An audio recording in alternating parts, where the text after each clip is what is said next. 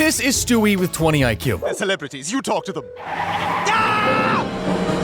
And this is Stewie with 750 IQ. Wait, you bred a pig? Most genetically perfect one in the contest. Oink. The question is, what is Stewie's real IQ? Well, to find out, we'll be looking at several big brain moments, each one increasing his IQ power bar until he becomes a god. But for now, let's start at 130, a bit below his base IQ. Even when Stewie's brain isn't working to the best of its ability, he's still got an above average IQ. He's sitting right around the 130 mark for the first entry, which is actually the same as former Terminator and Governor of California, Arnold Schwarzenegger. This score comes from the time he decided he wanted to take a break from all the evil doing and become a beekeeper, and he's making some pretty nice honey. You could probably sell this stuff. You think it's that good? Plus, it's local, it's straight from the hive. You could probably charge like $20, $30 a jar. Stewie listens to Brian's advice and decides to set up a stall at the farmer's market, and his honey starts selling like hot honey. This is superfood? Full of GMOs. GMOs are bad. No GMOs whatsoever. Amazing. This is great. We've only been here an hour and we're almost totally sold out. But his special honey takes a long time to make, and with only 4,000 bees, Stewie's gonna need something more to keep his supply up there with the demand. So he gets his thinking cap on and creates some bee steroids. Okay, well, how much are we supposed to give them? It says this is enough for a horse, so I don't know. How many bees is a horse? Stewie's steroids make the bees work overtime, and they pump out all the honey he needs in no time. But when he goes to sell it at the farmer's market, I don't think his new super bees are too happy. Oh, crap.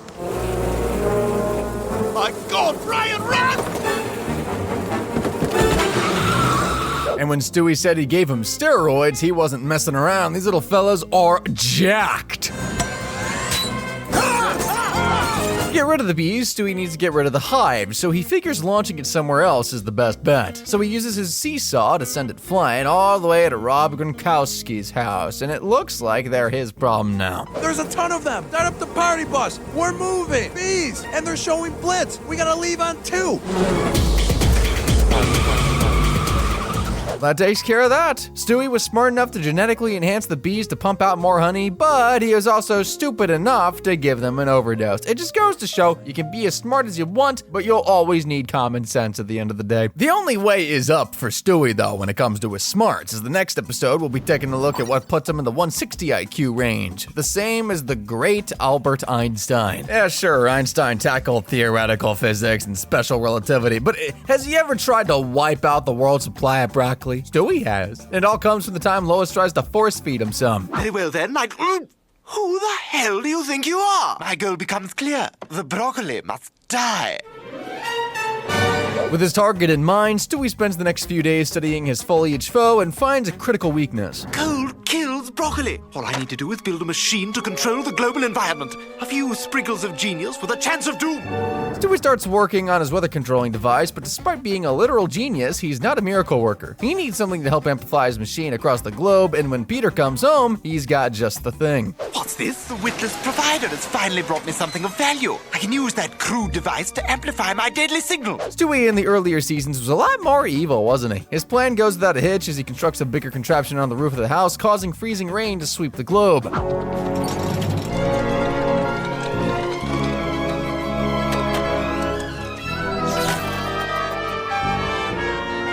Fare thee well, broccoli. But it doesn't matter how smart you are, you can never predict the weather. Victory is mine.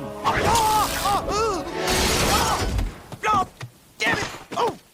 So with that, the world's broccoli reserves are saved. Good thing too, because I'm a sucker for some tender stem broccoli. The next level of IQ for Stewie puts him on par with Isaac Newton, the man who discovered gravity. Now, when you think how Newton did all that super scientific stuff in the 1600s, it is crazy, but is it better than building a robot brain capable of self-thought? Nope. And Stewie does just that in the episode Guy Robot, when he builds a new robot buddy to replace Brian after he ditches Stewie. Sorry, not a robot, he's actually a human mind model adaptive supercomputer. His name is Lyle. Perhaps we should offer this guest a beverage. Yeah, what he said. Lyle's not just for show, though. Stewie's programmed him with some pretty cool and pretty creepy features, like this one. This is pathetic, Stewie. You really must be desperate for friends. Lyle, access Brian's phone.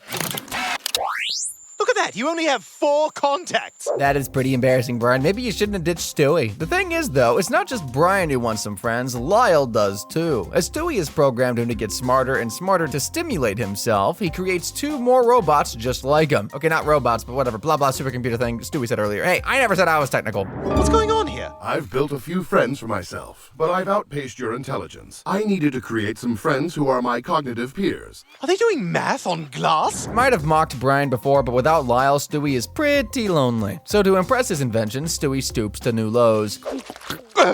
I did it. We're friends now, right? How about you throw it all up back into the bottle? Don't spill a drop. Then Stewie does probably the smartest thing he's done all episode. He apologizes, makes up to Brian, gets him back on his side, and the pair start to plan a way to get rid of the mechanical menaces. I'll warn you, it's not going to be easy. Getting smarter by the minute. I designed them to be constantly adapting. It's done. I sprayed him with a hose. So what does Stewie do with them? Repurpose them into some weapon or vehicle? Nah, he leaves them out for the garbage men and anyone else who happens to stroll on by. How can this not be a trap?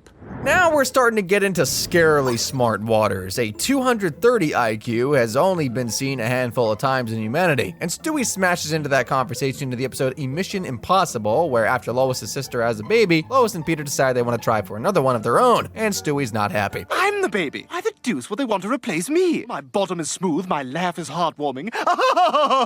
So Stewie makes it his mission to stop his mom and dad from doing the deed, and at first he does the usual stuff, like, you know, a normal baby. Where? Mommy, Daddy, I had a bad dream. I saw the boogeyman. Yes, that's it. I saw the boogeyman. Well, as normal as Stewie can be anyway. The whole boogeyman act doesn't buy him much time though, as Peter and Lois are at it all the time, so he takes things to the next level with another robot. Who's got beer? Where'd you go, my little pumpkin eater? Kissing you made me burp. But then Meg and Chris come storming on in and put an end to the imitation Peter, giving the real one just enough time to worm his way back into the bedroom. Watch it! Peter! What? I see nothing. Stewie decides to pull out the big guns, or small guns, I should say. Very well then, if I can't stop them from the outside, I'll stop them from the inside.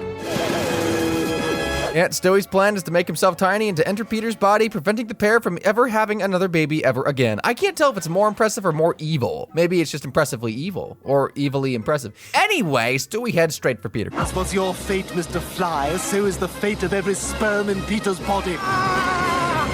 Stewie starts open firing at Peter's crown jewels, taking out swimmer after swimmer. Well, do you know what today is? Bad day to be a sperm.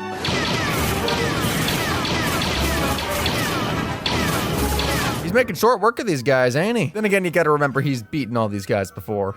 But just when it looks like an easy victory for Stewie, he runs into Bertram. Well, it seems you're out of ammunition. As are you, Stuart. You know my name. Well, perhaps we should exchange monosyllabic expressions of arrogance in person. Yeah. The two meet and Stewie gives Bertram a beatdown, but stops short when he realizes that the pair have a little more in common than he first thought. My one regret is that I won't be able to do away with that red-headed woman. How the devil do you know about Lois? You hate Lois? With Bertram looking like an ideal candidate for a brother, Stewie decides he wouldn't mind a fresh face around the house, so tries to set things up with his mom and dad to make it happen. But when he goes to check on them to make sure they're still at it, he ends up killing the mood. You must receive his seed! Look who's here. But Lois, we still get to do it, right? Not in front of Stewie. Back in a minute. No, come back in! Which ironically was not a smart move. It doesn't discredit all the other stuff in that episode though. The robot Peter swinging himself down to microscopic levels, the fact that he's built and can fly a ship, and the fact that he has an immense understanding of the human body. This kid is crazy smart and we're not even done yet. The highest IQ ever recorded sits at a staggering 276. And I think it comes as no surprise that Stewie soars through that number on a couple of occasions. Like the time he constructed a whole reality where he tried to kill Lois just because he can. Say hi to Cleveland for me.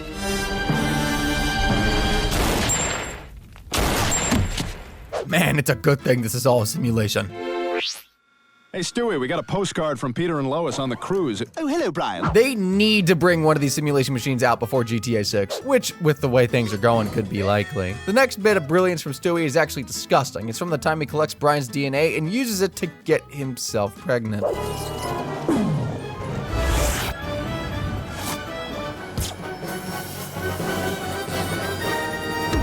And it works. Hey, I need you to take me to the doctor for my prenatal vitamins. I'm not taking you anywhere. I think it's best if we just move on. Sometimes science doesn't need to go that far. Although, if there's one time Stewie needed to stretch science to its limit, it's when he brought his best friend back from the dead. As you know, Brian was famously killed off in season 12 while he and Stewie were playing a bit of street hockey. Brian, look out!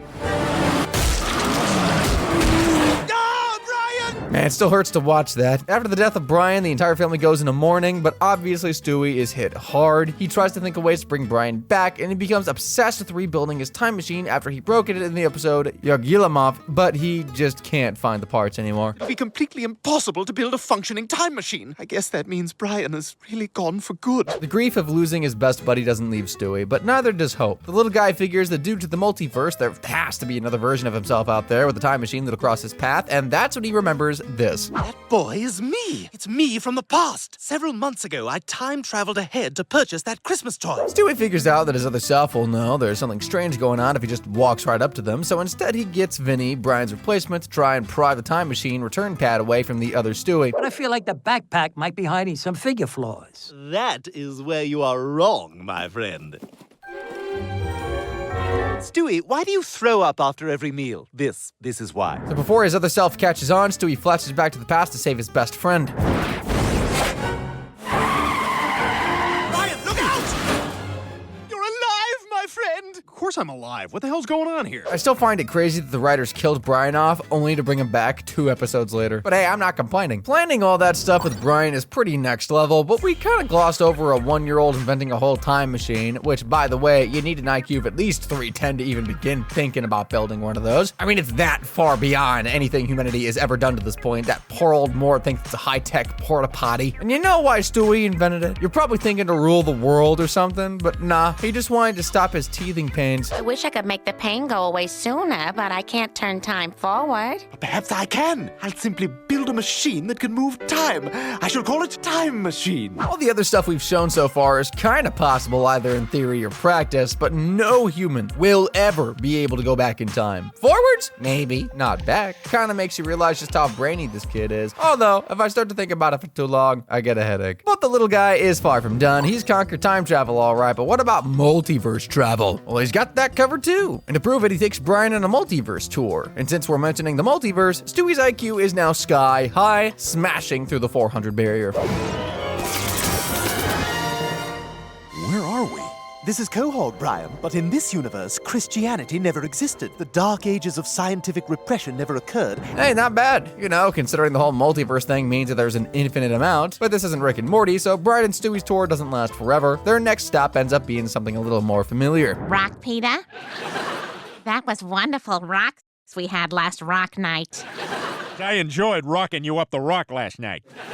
I think we get the rockin' idea there. Things get old fast, so they hop to the next universe. Apparently, this is a universe where everyone has 2 heads. One happy, one sad. I sure have. He's over there playing in the corner. Then in one of the most famous Family Guy scenes ever, where they get to their next stop, it seems like a wonderful day for pie.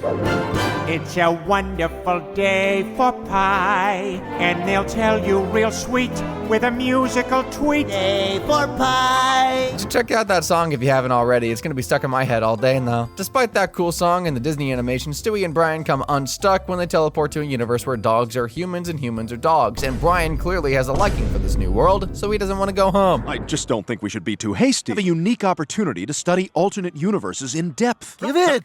No, Give stop, it. knock it off. No, come on. What the hell, man? So similarly to what we saw Stewie do to save Brian's life a little while ago, he decides that he needs to find the puppy version of himself, as he'll be able to help get him and Brian home. But if there's a puppy Stewie, there's gotta be a human Brian. Say hi. My daughter Meg, our puppy Stewie, and this is our human Brian. Nice to meet you. Say hi to human Brian. They eventually do get help from puppy Stewie to get back home, but the duo becomes a trio when human Brian wants to lift back to the world where humans rule. I mean, who can blame him? Although when he gets his first shot to be out in the open, he doesn't exactly take it. Ah, look at him go. Free in a world of his own kind. Reach the full potential. Oh my God, he got hit by a car. Now, what if I told you Stewie Griffin created our universe? Wouldn't you call him a god or something? Or someone with at least god-level IQ? It all starts in the Big Bang Theory episode. No, it's got nothing to do with Jim Parsons. Basically, after Stewie and Brian have a fight over an Abercrombie and Fitch, Stewie starts abusing his time machine to go back and mess with Brian throughout history, like stealing his peanut butter jelly time thunder. Hey, where the hell's my banana thing? Peanut butter jelly time, where you at? way yet. Brian eventually realizes what Stewie's doing and ends up fighting him right near the console of the time machine. They end up inputting a number that glitches the time machine and it shoots the pair outside of the space-time continuum. And Stewie's return pad won't work. Possible. The return pad works by locking onto our coordinates along the curve of the space-time continuum, but it can't. How are they gonna get out there? If I overload the return pad's reactor, it might release enough energy to blow us back. It's too risky, but it'll break my thing. We could both die. Well, you at least have to try. They end up risking it at the chance of living again and shoot themselves right back into the universe.